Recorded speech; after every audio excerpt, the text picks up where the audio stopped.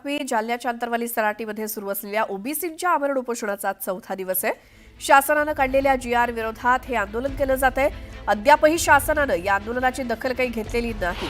OBC उपसमितीने उपोषण स्थळी भेट देऊन आम्हाला आश्वस्त करावं, सरकारने मराठा समाजाविषयी काढलेला जीआर रद्द करावा आणि जरांगे यांची एसआयटी मार्फत सुरू असलेल्या चौकशीचं काय झालं याचा अहवाल शासनाने सादर करावा, अशा मागण्या ओबीसी उपोषणकर्त्यांनी केल्या आहेत। जोपर्यंत मागण्या मान्य होत नाहीत तोपर्यंत उपोषण सुरूच ठेवण्याचा निर्धार आंदोलकांनी केला असून आत्मदहनाचा सरकारला इशारा दिलाय। मग या महाराष्ट्रातील या भटक्या विमुक्तांचं जे ओबीसींचं उपोषण अंतरवालीला चालू आहे, या ठिकाणी येण्यासाठी ना सरकारच्या प्रतिनिधींना वेळ आहे ना सरकारनं जी नेमलेली काल समिती उपसमिती ओबीसींची नेमलेली असं दिसतंय। आणि या उपसमितीला देखील माझं म्हणणं आहे की महाराष्ट्रामध्ये जे उपोषणं चालू आहेत त्या उपोषणाला देखील या उपसमितीनं गेलं पाहिजे आणि या ओबीसींना देखील अस्वस्थ केलं पाहिजे की ओबीसींच्या आरक्षणाला कुठलाही धक्का लागणार नाही। की आज आमचा उपोषणाचा चौथा दिवस आहे। चौथा दिवस असून जर प्रशासन सरकार जबाबदारी घेत नसेल आणि जर आमच्या लेकरा बाळाचं भविष्य आहे ते ठेवत नसेल, आम्ही काही शिल्लक मागत नाही, फक्त आमच्यात घुसखोरी होऊ नये म्हणून आज आम्ही सराठी अंतरवाली इथे उपोषण करतो ओबीसीचं। आणि याला जर प्रशासनाने जबाबदारी नाही घेतली तर मी आज उद्या जर 2 दिवसात नाही जबाबदारी घेतली तर मी आत्मदहन केल्याशिवाय राहत नाही। दुसरीकडे नागपुरात सुरू असलेल्या राष्ट्रीय ओबीसी महासंघाच्या साखळी उपोषणाची सांगता ओबीसी मंत्री अतुल सावे यांच्या उपस्थितीत होणार आहे। दुपारी 12 वाजता संविधान चौकातील साखळी उपोषण ठिकाणी जाऊन अतुल सावे उपोषणकर्त्यांची भेट घेत ओबीसी उपोषणाची सांगता होणार आहे।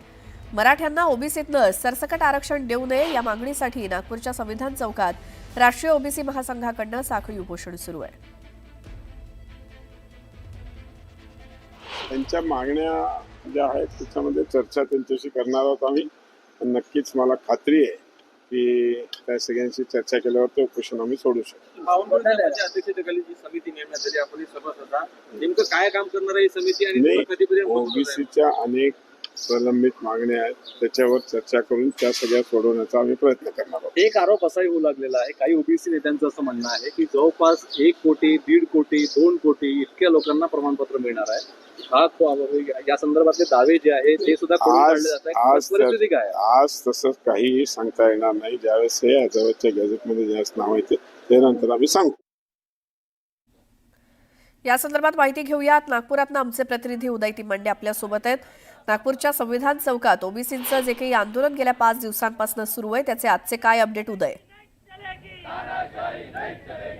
नक्कीच राष्ट्रीय ओबीसी महासंघाच्या नागपूरमध्ये सुरू असलेल्या साखळी उपोषणाचा आजचा 6वा दिवस आहे। मनोज जरांगे पाटलांना मुंबईमध्ये सरसकट मराठ्यांना आरक्षण ओबीसीमधून देण्याची मागणी केली होती आणि त्याच्या विरोधामध्ये जे आहे ते नागपूरमध्ये संविधान चौकामध्ये जे आहे ते साखळी उपोषणाला सुरुवात केली होती। मनोज जरांगे पाटलांचं आंदोलन मागे झालेलं आहे आणि ते मागे घेत असताना ओबीसीच्या आरक्षणाला कुठेही धक्का लागलेला नाही आहे। त्यामुळे आज ओबीसी कल्याण मंत्री अतुल सावे यांच्या उपस्थितीमध्ये जे आहे ते दुपारी हे साखळी उपोषण मागे होण्याची शक्यता आहे। मात्र आपण पाहतोय की सकाळपासून ओबीसी चळवळीतले कार्यकर्ते इथे उपोषणासाठी बसलेले आहेत। अगदी 1.5 वर्षाच्या चिमुकलेला घेऊन ही आई देखील या उपोषणासाठी बसलेली आहे। त्या आईशी बरं चर्चा करूया। मला सांगा, तुम्ही या सगळ्या चळवळीत नेहमी सक्रिय असता, आज तुमच्या लहान मुलीला घेऊन तुम्ही त्या आंदोलनात सहभागी झालात? अर्थातच, कारण आम्ही जेव्हा हे लढाई लढू तर समोरची पिढी त्याच्यामधनं सुखी राहील आणि त्यांना उपभोग भेटेल ओबीसीचा। आमचे मार्गदर्शक राष्ट्रीय अध्यक्ष तायवाडे सर जे आमच्यासाठी लढाई करतायत, तसंच आम्ही या आता चिमुकल्यासाठी जी समोरची पिढी आहे त्यांच्यासाठी लढाई करतोय। बस एवढं। जय ओबीसी। नक्कीच समोरच्या पिढीसाठी ही लढाई करतोय म्हणून आपल्या चिमुकलीला घेऊन या आंदोलनाला बसल्याचं सांगत आहे। मला सांगा, आज अतुल सावे तुमच्या भेटीसाठी येणार आहे, तुम्हाला वाटतं सरकारसोबत सकारात्मक चर्चा होईल आणि आज हे आंदोलन मागे होईल? नाही, त्यांनी सकारात्मक चर्चा केली, आमच्या मागण्या पूर्ण केल्या तर आम्ही ह्या साखळी उपोषण बंद करू। आज इथे साखळी उपोषण आहे, कोकणमध्ये सुद्धा साखळी उपोषण सुरू आहे। आम्हाला 2023ला रवींद्र टोंगे चंद्रपूरला बसले होते, त्यावेळी सरकारनं लिहून दिलं होतं ओबीसीला कुठेही धक्का लागणार नाही, कुटुंबियाचे सर्टिफिकेट सरसकट देणार नाही। त्यानंतर पुन्हा अजित सुकारे आज इथे आले, ते सुद्धा 6 दिवस उपोषण केलं होतं। सावे साहेबांनी आमची मीटिंग घेतली होती, काही मागण्या पूर्ण केल्या पण काही मागण्या अजूनही प्रलंबित आहे, म्हणून त्या 14 मागण्या घेऊन आज आम्ही साखळी उपोषण सुरू केल्या।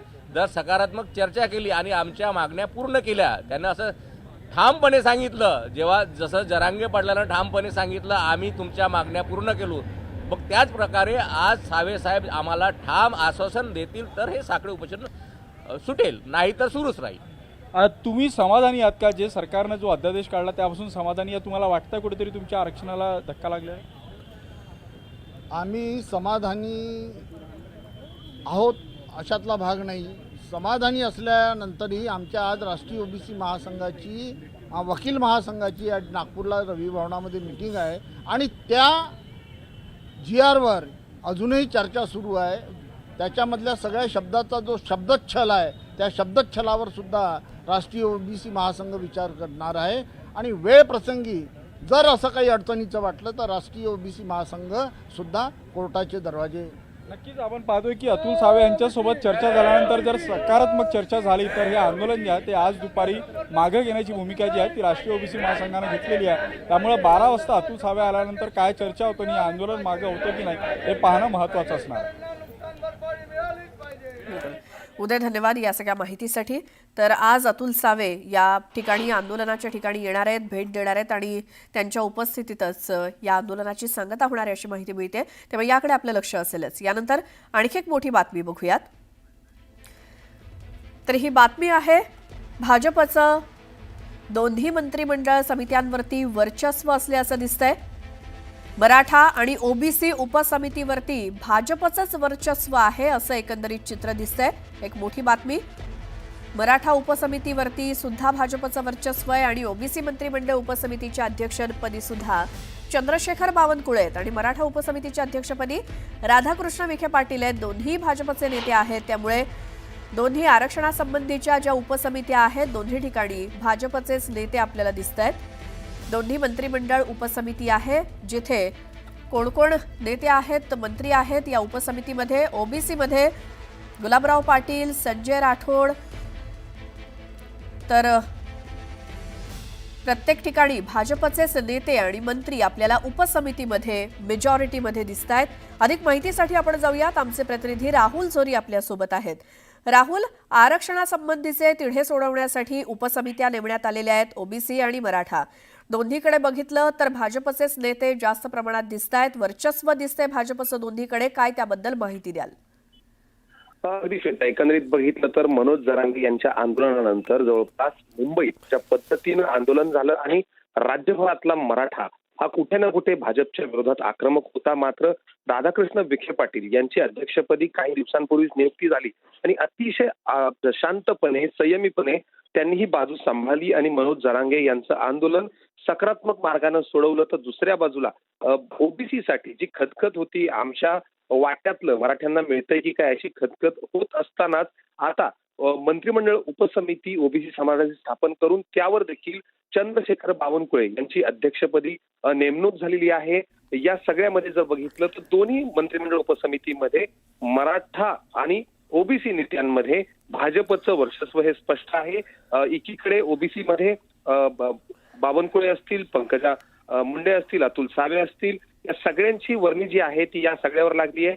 4 भाजपचे मंत्री हे या मंत्रिमंडळ उपसमिती ओबीसी मध्ये आहेत. तर दुसऱ्या बाजूला मंत्रिमंडळ उपसमिती मराठामध्ये देखील तितक्याच मोठ्या संख्येनं, मग ते स्वतः विखे पाटील असतील, चंद्रकांत पाटील असतील, शिवेंद्र राजे भोसले असतील, ही सगळी महत्वाची मातंबर मंत्रिमंडळी जी आहेत ती दोन्ही समित्यांमध्ये वर्चस्वानं दिसत आहेत. ज्या ज्या ठिकाणी समाजाला म्हणून सामोरं जायचे त्या ठिकाणी देखील काल आपण बघितलं की मनोज जरांगे यांच्या आंदोलनाच्या वेळी देखील शिवेंद्रबाबा भोसले आणि राधाकृष्ण विखे पाटील यांनीच एक मोठी आणि महत्वपूर्ण जबाबदारी निभावली.